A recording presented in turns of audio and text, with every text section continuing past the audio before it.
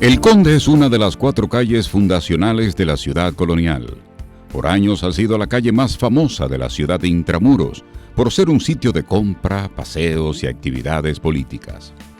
El edificio más viejo que se construyó en esa vía está en la esquina formada por la calle Las Damas con calle El Conde, donde está en la actualidad la Embajada de Francia.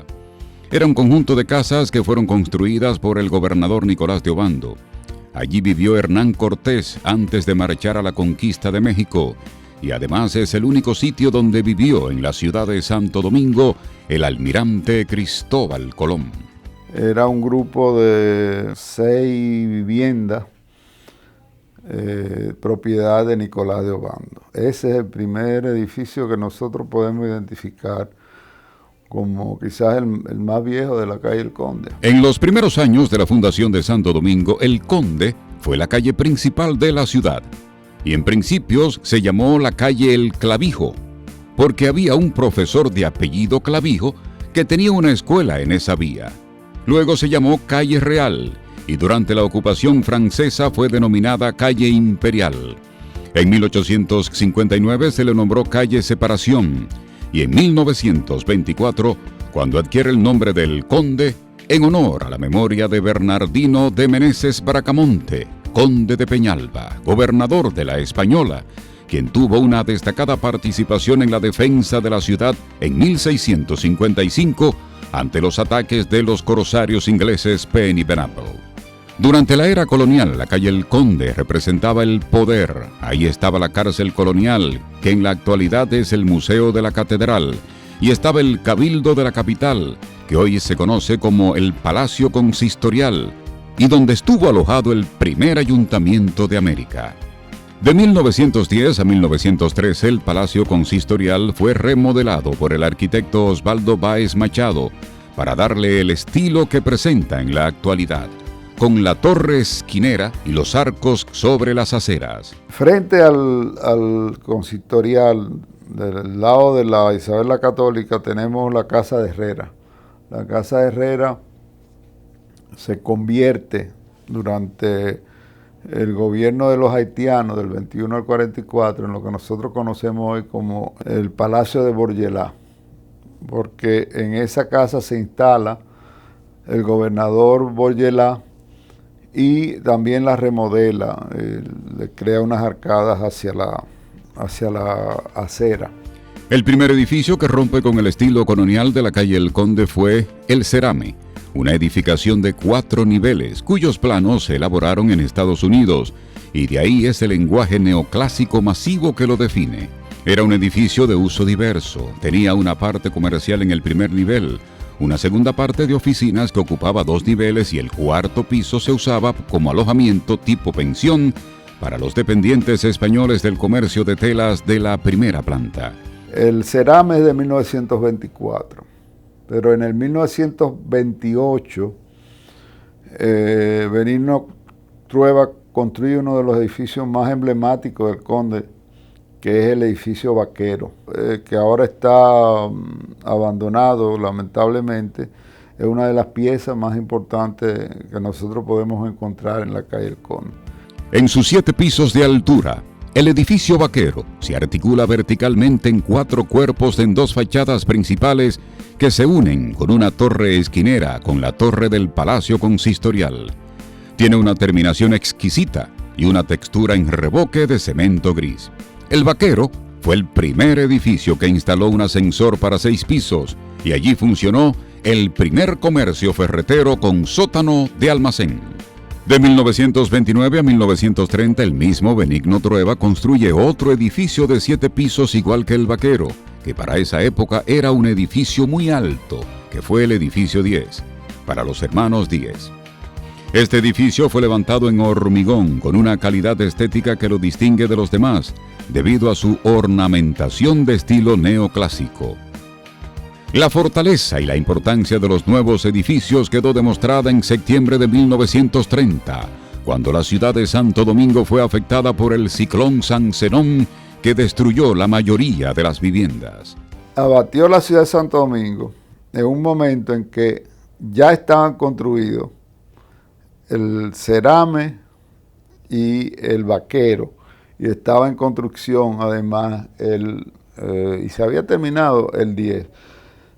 Cuando nosotros vemos las fotos del ciclón de San Zenón, unas fotos históricas que están tomadas desde lo alto de lo que sería Villa Francisca, ¿no? Se ve toda la ciudad devastada, sin embargo al fondo se ven justamente el perfil de esos edificios. Así que como eran edificios que se hicieron de un material nuevo, como el hormigón armado, fueron de los edificios que resistieron los embates del ciclón de San Zenón.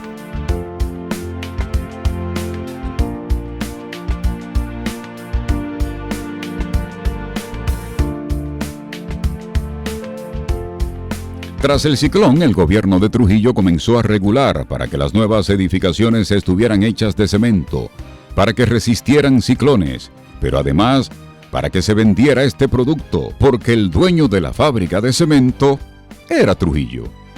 En lo adelante se comienza a definir una manera de hacer los edificios del Conde. La primera planta era comercial y las plantas restantes eran de apartamentos y otras de oficinas. El edificio Vaquero y el 10 junto al de la Ópera se construyen con el auge de la economía del país que se logró con el incremento de las exportaciones de azúcar, café y cacao, lo que creó en Santo Domingo un grupo de comerciantes con mucho dinero que se decidió a invertir en la ciudad con la construcción de grandes edificios. Las edificaciones que se levantaron en esa época eran de varias plantas, dejando atrás el modelo que existía en el Conde, en donde solo había viviendas de 1 o 2 niveles.